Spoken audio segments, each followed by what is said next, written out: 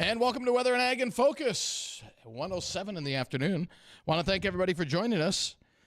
It's a windy one out there with winds gusting up close to 50 miles an hour. Yikes, tropical storm force winds out there.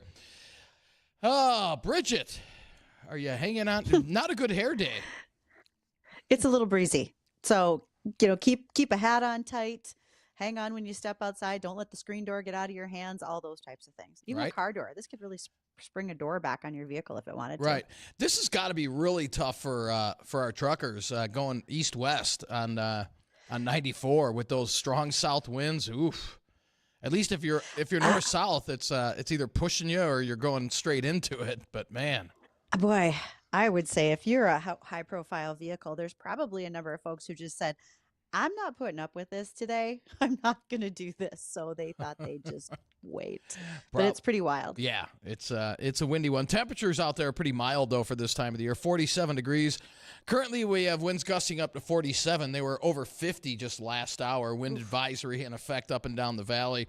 And we're looking at a dry day. And, again, high fire dangers out there, obviously. That's common sense, but still like to mention it. Try to avoid burning as we head into the afternoon or evening hours. Now, the winds will die off a little bit after sunset, but still be on the breezy side. After topping out near 50 today, we'll bottom out near 40 tonight. Our overnight low is actually going to be a little bit warmer than our average daytime high should be for this time of the year, so that's incredible. And then a few showers coming in towards sunrise, a better chance tomorrow morning, focused along and east of the valley, so not much west of the valley. And then temperatures tomorrow in the 40s with lighter winds switching to the northwest. And then the rest of the week looks mild for this time of the year. Mid-upper 40s to near 50. I think on Friday we'll probably be in the mid-50s around here. So not records are in the 60s at the end of the week. So it has been warmer. But, boy, we've got to start breaking this cycle of dry weather around here. Since the start of the LRC cycle, we've only had two systems come through the area. One was about a quarter of an inch, and the other one was about a half inch. We need more than that as we head into the winter and spring, that's for sure. And our models are trying to crank something out next week, about the middle of next week. But typically the way these systems set up, they stay to our south. So I'll be surprised if this system gets far enough north here next week. I'm not saying it can't happen, but odds are this system next week is going to stay to our south as well. So just not good news in terms of moisture around here.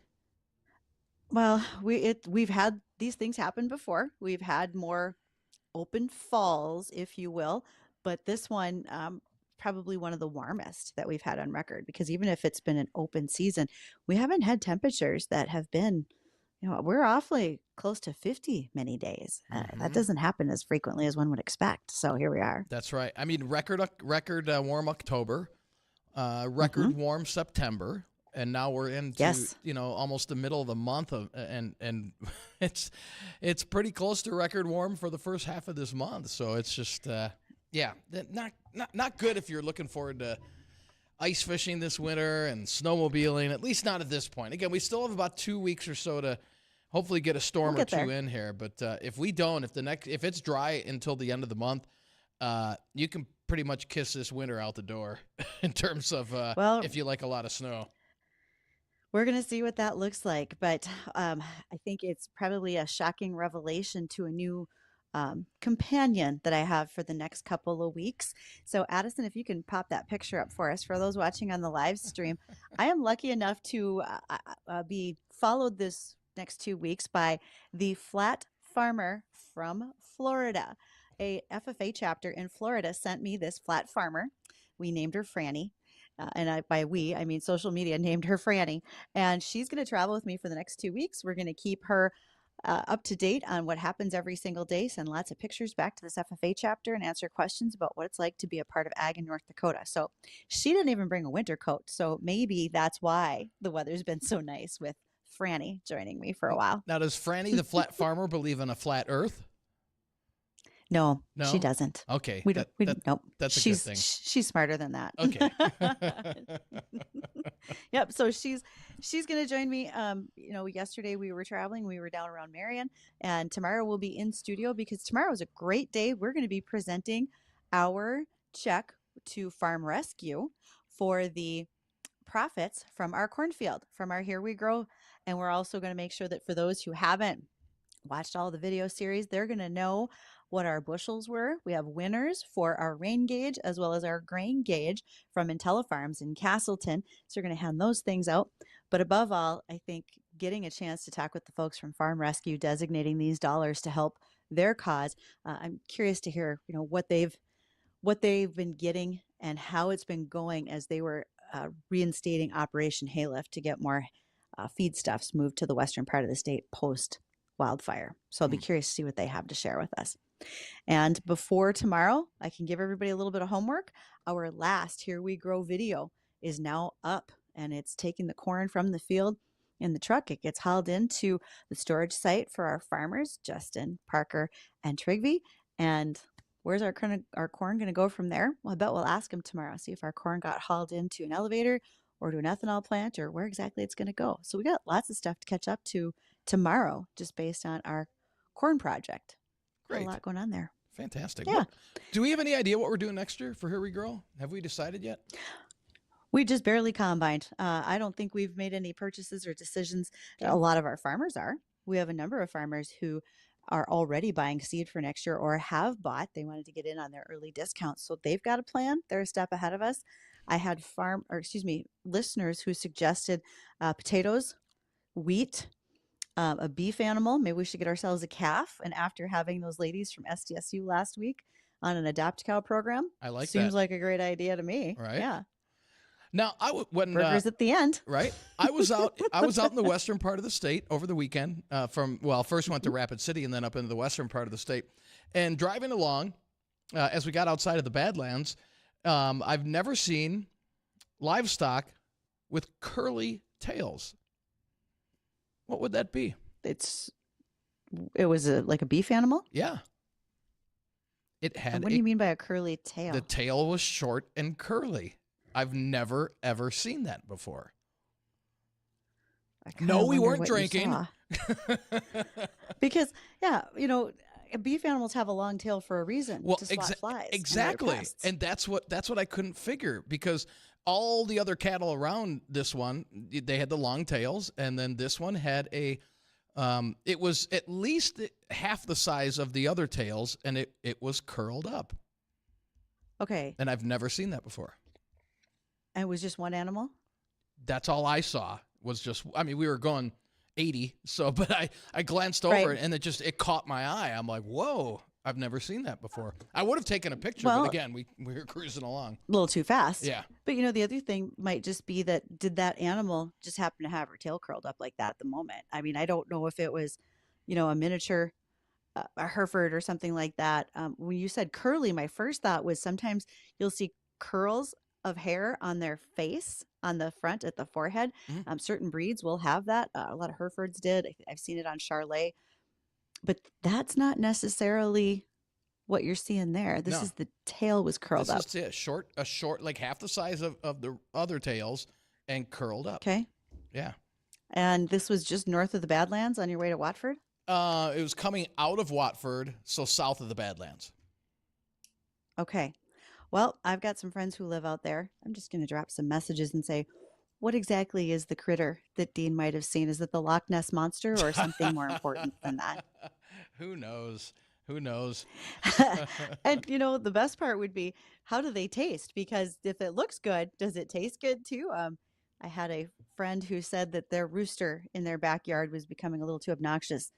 And he might have looked good, but he's now a very tasty soup a couple days later.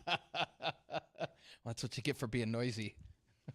Yeah. Sometimes the roosters, they don't understand that not everybody needs to hear them all the time. Nor, roosters can also be very aggressive. And he was starting to peck, literally the term of henpecking other chickens and knocking their feathers off. So it was enough of him. Yep. Yeah. See you later.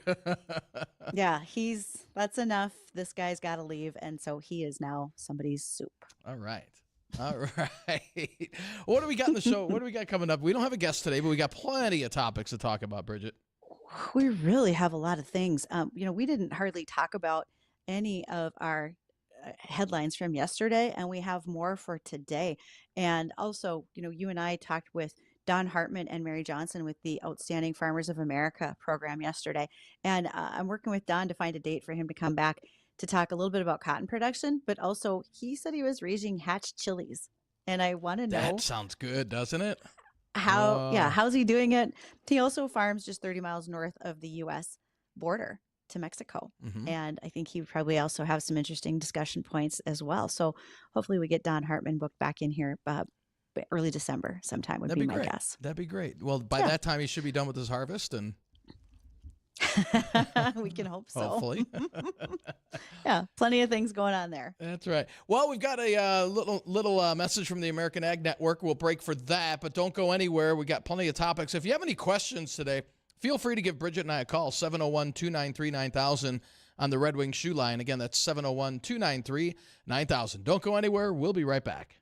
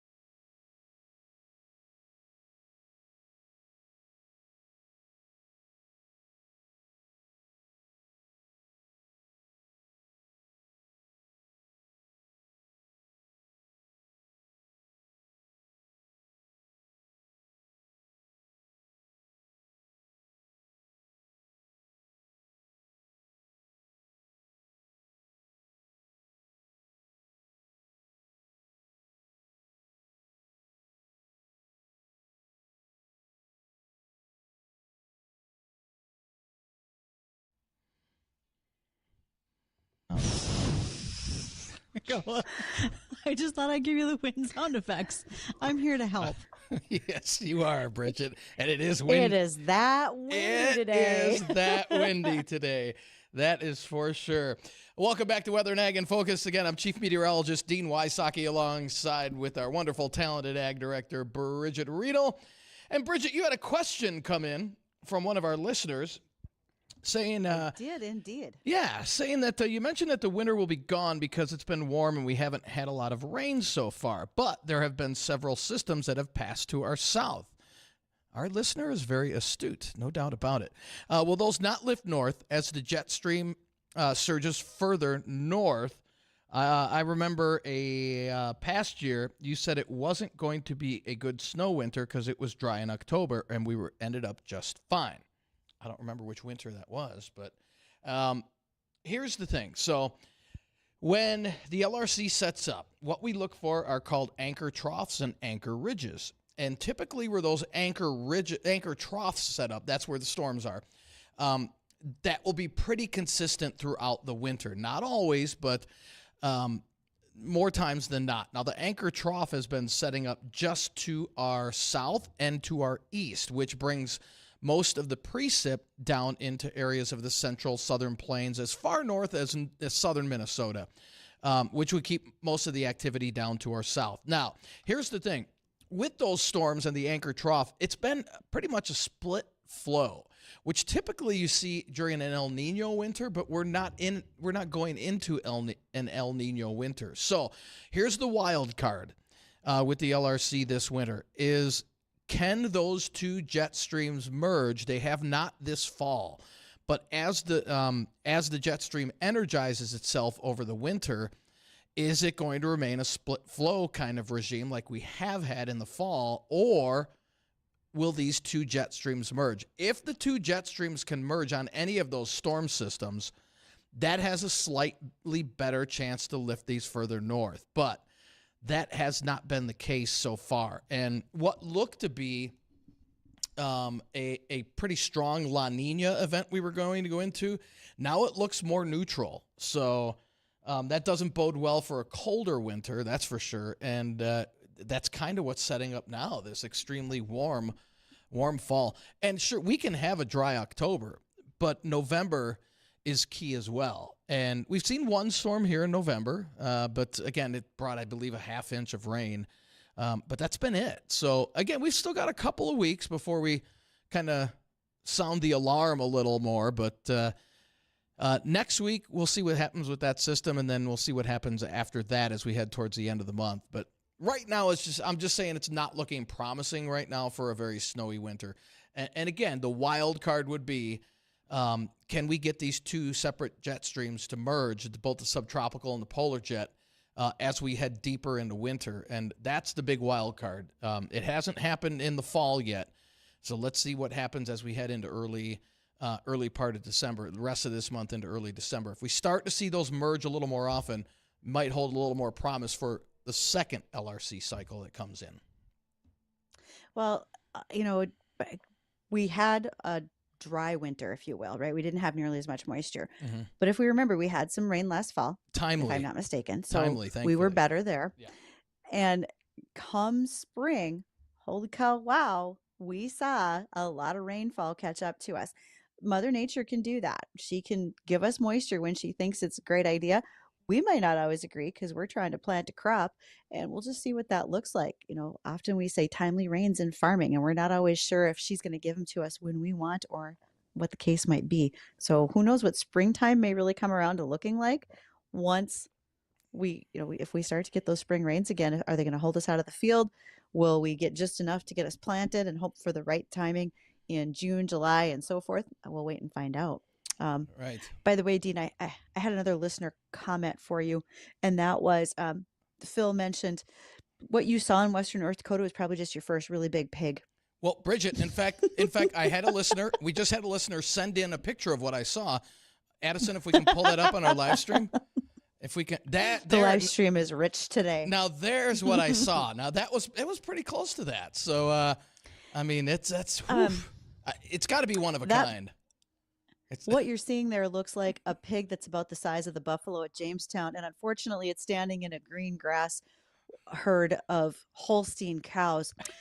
This looks pretty made up if I've ever seen it, guys. The mega wanker. Our listeners would not email a legit picture like that and call it fake. There's no that's I mean, that they don't have to call it fake. I will. I mean, we've got that, chemtrails, the flat earth. Anything else we want to add in there? Whatever. Loch Ness monster? God, no. No? Stop where you are. Bigfoot? I guess I was the one who brought up Loch Ness. Do you think Bigfoot and the Sasquatch are related? I bet they are. They're cousins. What about the Yeti? Yeah. Also a cousin. You should see him at Christmas. So Hey, Dean, don't forget to mention our weather special, though. That's coming up very soon. Yes, a couple weeks. Man, unbelievable. 2 weeks from tomorrow. We will be having our LRC Winter Outlook on the Jay Thomas Show, right following WAG here. And we'll have Gary Lezak on with us, and we'll be breaking down what this upcoming winter looks like. Now, the cycle may not be set by the 27th. And not saying it won't be, but so far it's not. And even if it's not set, somebody asked me, well, how are you going to know what the winter holds if the cycle's not set? Well, if it's not set, it's going to be pretty close. The normal cycle length is not going past 60 days, which would put it December 6th. So we'd be a 10 days out from that if it were to be 60 days. We've got probably 80% of the cycle or more already under our belt. So we'll have a good handle on it, even if the cycle is not set by the 27th. So we'll have a better idea and kind of pinpoint where we're expecting the heavier snow to fall in the northern and central plains this upcoming season. I know I have my thoughts on it. I haven't sat down with Gary to talk about it and pick his brain on it, but we'll get together and do that before the 27th. So you want to make sure to tune in on the Jay Thomas Show. It starts at 2 o'clock, goes till, I don't know if we're doing 4 or 5. We'll see.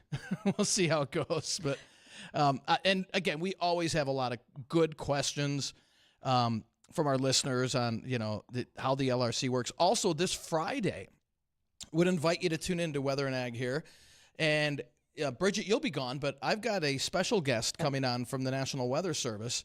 And up in Grand Forks, they are using a new experiment. This first, I believe, I could be wrong, but I'm 90% sure that this is the first year they've launched this experimental weather model. And they're using Grand Forks as a testing site. And it's strictly, as far as I know, it's just a winter model to be able to predict how many storms we're expecting in our area for this upcoming winter. And I was talking with his name is Tom, and I was talking to Tom. I said, "Are you familiar with the LRC that we use?"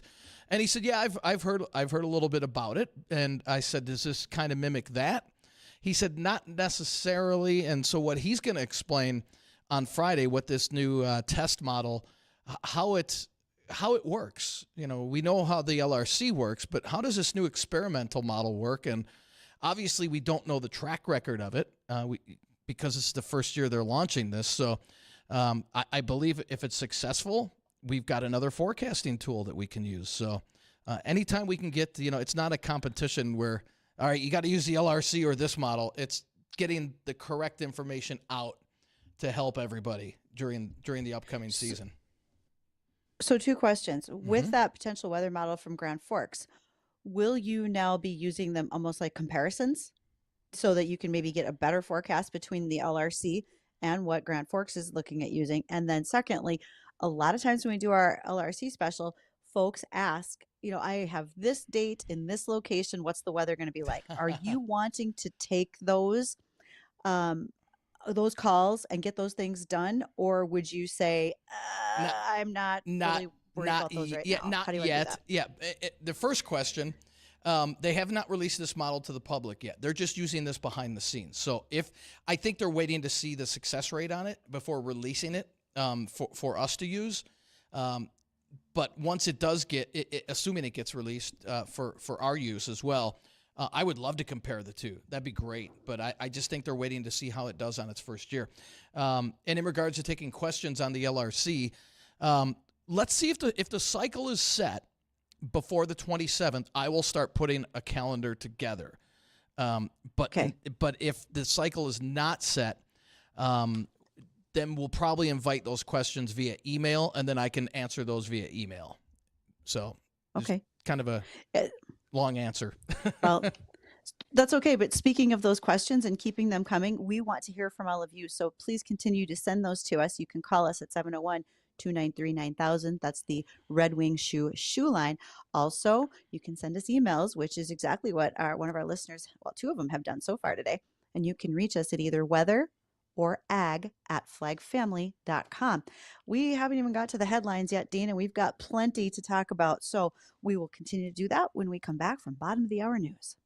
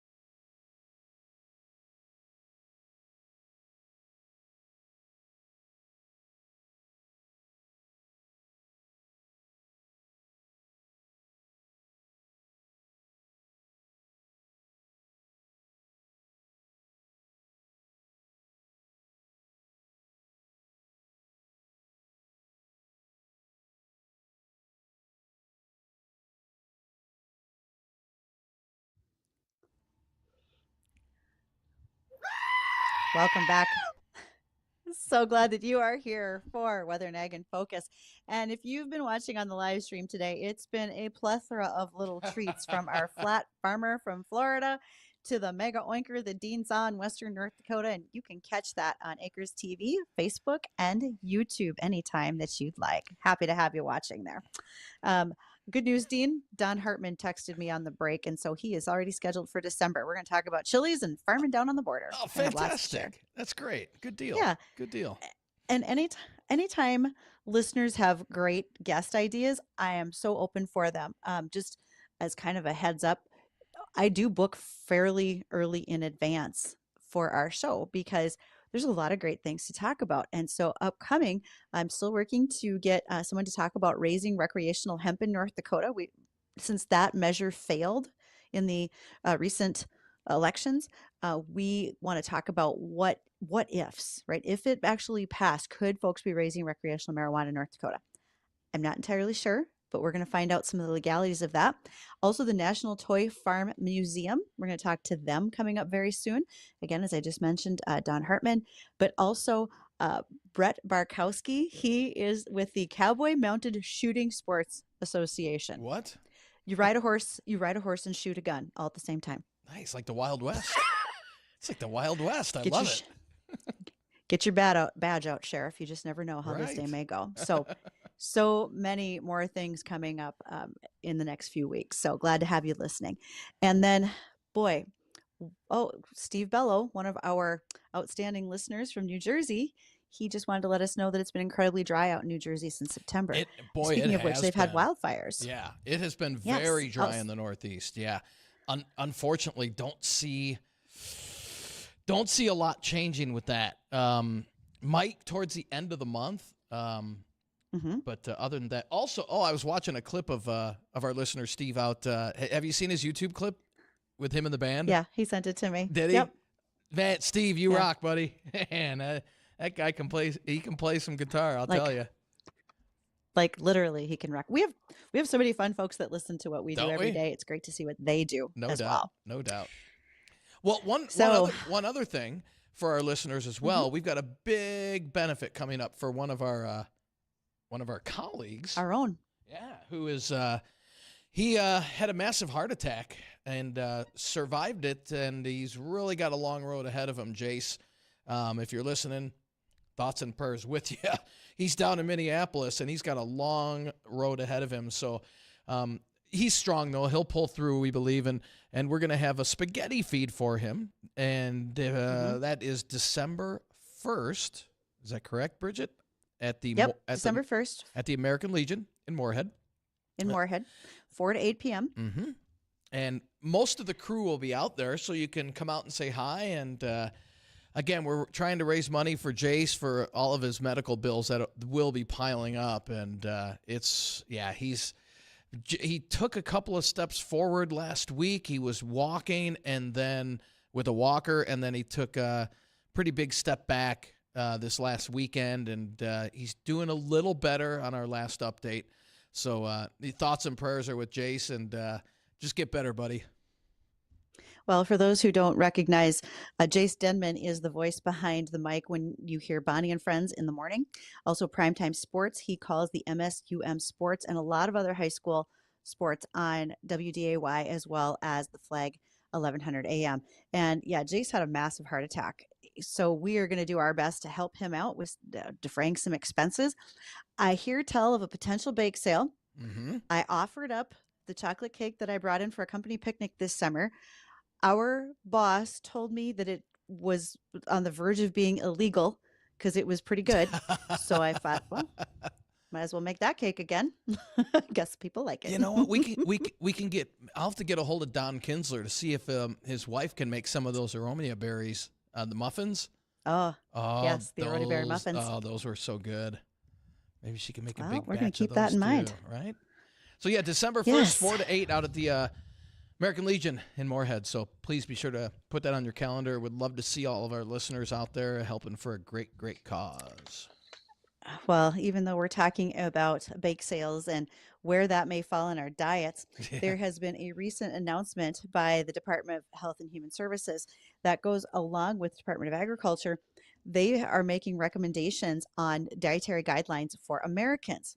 A little bit of a surprise, though, was when it came out during their advisory committee meeting, they made some very last minute and drastic changes. One of them was a reduction in how much red meat folks should consume. Now, we did just talk about Jason, a heart attack. Red meat has always been contributed to heart disease and so forth. But when we talk about what the dietary guidelines should look like, think about lean meats. So even if you're having a steak, you can trim them. We don't have to have the heavy fat on it.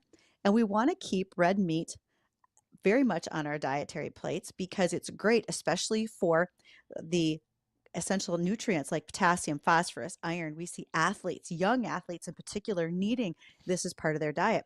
Beef contributes only 5% of the calories in an American diet, but it gives a great deal more of the essential vitamins and nutrients that we all need, right all the way to a B12. So there is a great urgency on the part of cattlemen's associations and other organizations saying, don't cut the beef. We realize that peas, beans, and protein or lentils have a place for protein, but we do want to keep our red meat there as well. I'm all for it. In fact, you could put those beans and the beef together and call it chili, and that's a win. See, there you go. Always thinking. That's the one Always I'm giving you. Always. All right. As one of our co-hosts or our other hosts on one of our shows always talks about the big brains who are at work. Here's one for you, Dean. So you may or may not realize that plants have a very sophisticated mechanism to defend itself against diseases. Kind of like how when we were kids and we got vaccinated for polio, it helped to ward off disease. It helped us build immunity. And there's these two defense strategies are called an induced systemic resistance or a systemic acquired resistance. So we're going to focus on the induced systemic.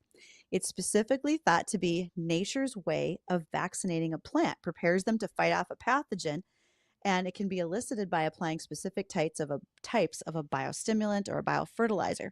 So essentially what the big brains are thinking is if you add the right bacteria or fungi to a soil and the plant uptakes that bacteria, it can literally vaccinate itself against the disease.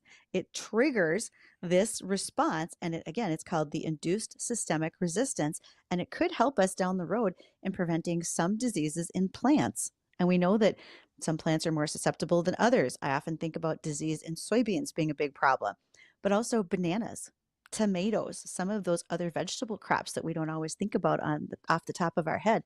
This could be very useful in various parts of the world. Interesting. Yeah. So there, your plants are getting a little more healthy. Then additionally, for those of you who are planning what's going to happen in your soybean fields for weed control for 2025, glufosinate, that's an active ingredient in a product called Liberty. Glufosinate is going to have a new look in 2025. There will be a more concentrated formulation of it. So that means that for every jug, you're going to be able to cover 33% more acres. If in fact you have been using the full rate of Liberty, which is 32 ounces, you can now go down to 24 with the same effects. Again, it's more concentrated molecule in the jug. What do we use glufosinate for? In this area, we have to use it for a lot of water hemp control. We have a terrible water hemp problem in our fields. We also use it for kochia control. Glufosinate can not only be used in soybeans, you can use it in some corn if it's a tolerant variety, and also we use it in canola, again, for Liberty Link or tolerant varieties there. It's going to be a big deal in the market coming into this year, I think, having something a little fresher, a little newer. But I really caution farmers to remember that when you're going to go using that product, remember to make the conversion from a 32-ounce rate to a 24. If you're over applying, that's going to get pretty expensive pretty fast. So we want to be careful with that. Additionally, the American Soybean Association did have a concern when the new label came out.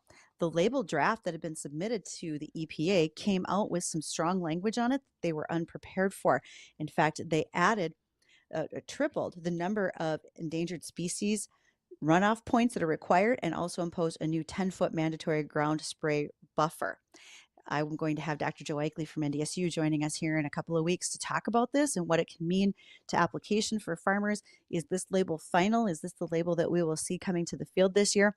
And if so, how can we best plan and prepare for it? So Again, glufosinate, active ingredient, and Liberty, but there will be a new Liberty coming out this year, and it's called a Liberty Ultra. So keep an eye out for that on the shelves to all those farmers who are planning ahead for the coming year.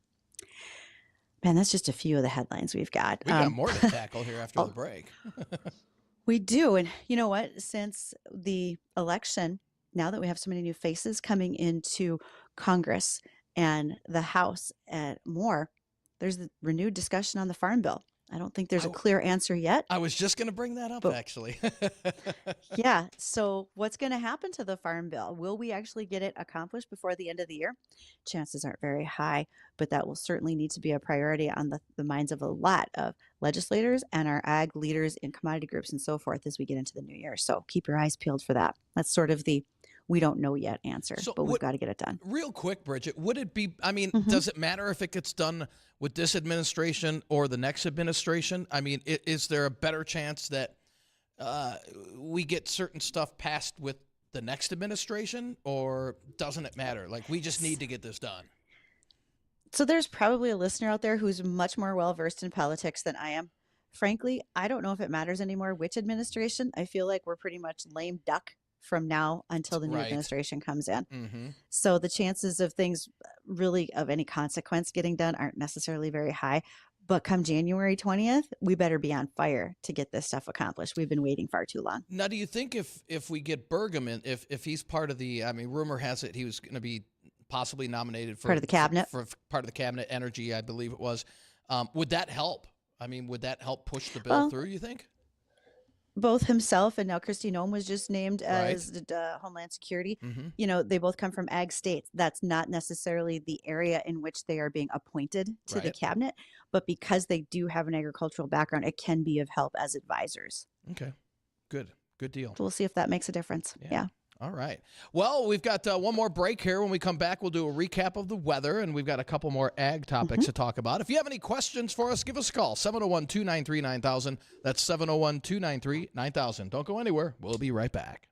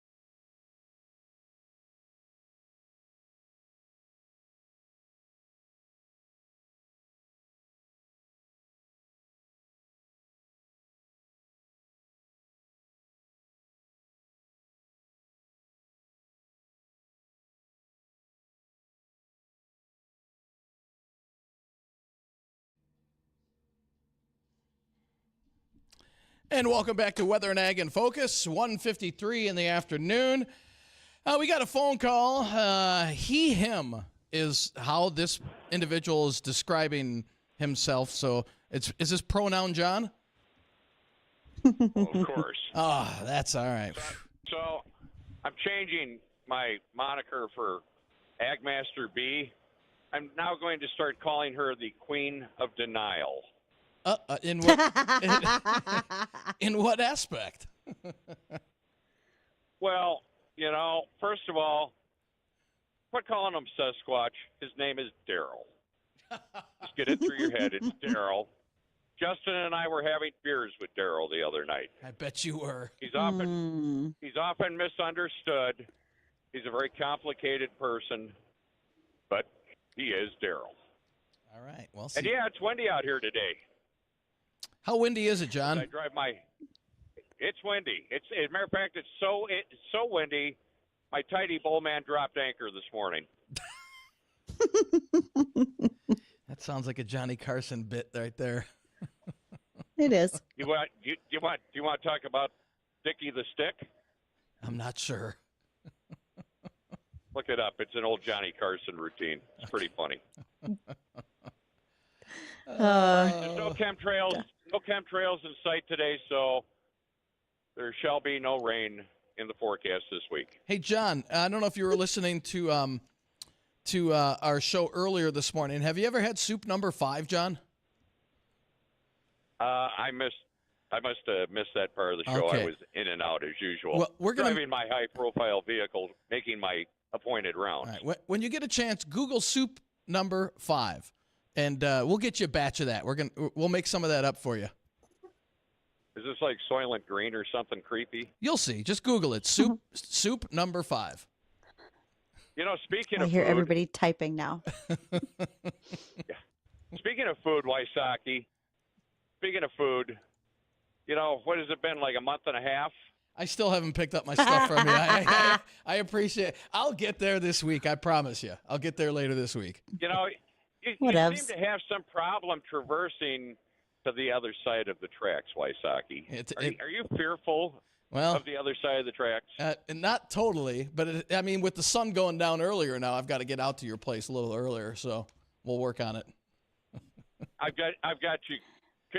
You've got plenty of fire cover, Dean. You're fine. All right, I know you've got it, no doubt. Hey, John, you're wondering if he's having trouble traversing to your place? This is a guy who went to Watford City via Rapid City, so I think you can answer your own question. So what you're saying, he's like that truck driver that time that was supposed to deliver the load to Duluth, Georgia, and went to Duluth, Minnesota? Pretty close. Pretty close. Okay. John, again, gotta go. We'll make you up some soup number 5. Good luck, buddy. Yeah. Okay, I'll look it up. All right. Did you? They sprung that on me this morning on the morning show. I'm like, what in the world is soup number 5? And I went to Google it, and I'm like, nope, I've never had it. Never had it. nor do I care to try it either. Let's hit the weather real quick because we've got some windy conditions. I just thought I'd give you the wind sound effects. I'm here to help. It is windy out there. Wind advisory in effect up and down the valley for the rest of the afternoon. Winds gusting between 40 and 50 miles an hour out of the south-southeast, but a mild high right around 50 degrees. Then as we head into tonight, we'll see the clouds start to increase a little bit, and that will lead to a few sprinkles towards sunrise with lows around 40, and then a few scattered morning showers for tomorrow morning, 1/10 of an inch or less, slightly higher amounts possible as we head into Lakes Country, but not by much, with highs around 40, mid-40s tomorrow. And then Thursday and Friday, we start to warm things back up with highs in the mid to upper 40s on Thursday, and breezy conditions on Friday with highs in the mid-50s. And then even the weekend looking pretty good with highs in the low 50s on Saturday and cooling off into the 40s on Sunday. Still really no chance of any widespread precip. Again, just a few light showers towards tomorrow morning. And there's a system coming in over the weekend, but that's going to go to our north and give us mainly just sprinkles in the far northern valley. I think central southern valley is going to be on the dry side. We'll still keep an eye on a possible storm middle and end of next week, but it looks like that's going to stay south as well. So for Bridgette, myself, I want to thank everybody for joining us on Weather and Ag. The Jay Thomas Show is coming up next.